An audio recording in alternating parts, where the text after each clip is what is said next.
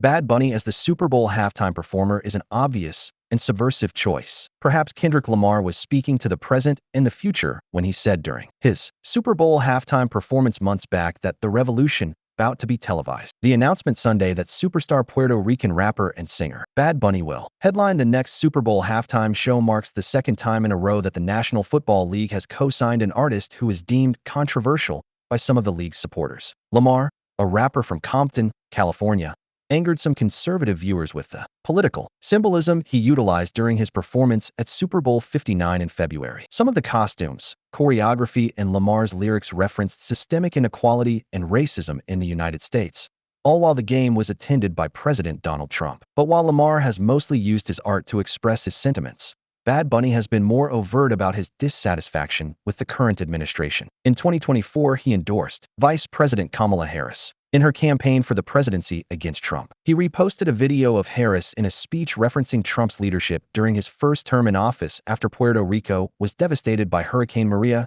in 2017. "I will never forget what Donald Trump did and what he did not do when Puerto Rico needed a caring and a competent leader," Harris said in the video. "He abandoned the island, tried to block aid after back-to-back devastating hurricanes, and offered nothing more than paper towels and insults." Bad Bunny, whose non-stage name is Benito Antonio Martinez Ocasio, made the post after comedian Tony Hinchcliffe's remarks at a Trump rally in New York City in which he referred to Puerto Rico, a U.S. Commonwealth, as a floating island of garbage in the middle of the ocean. Later, during an appearance on the New York Times Popcast podcast, Ocasio explained that he was angry at the time as he was in New York City while the rally where Hinchcliffe made his comments was being held at nearby Madison Square Garden. Ocasio said he found the incident bothersome. "Yeah, I know it was a comedian, blah, blah, blah, but that wasn't a stand-up comedy show," Ocasio said. "It was supposed to be a political rally." The music video for Bad Bunny's single, NUEVAYol, took aim at some of Trump's harsher policies, while also paying tribute to the artist's native Puerto Rico. Ocasio recently told ID magazine that he purposely did not include the continental United States in his 2025 to 2026 concert tour out of fear that U.S. Immigration and Customs Enforcement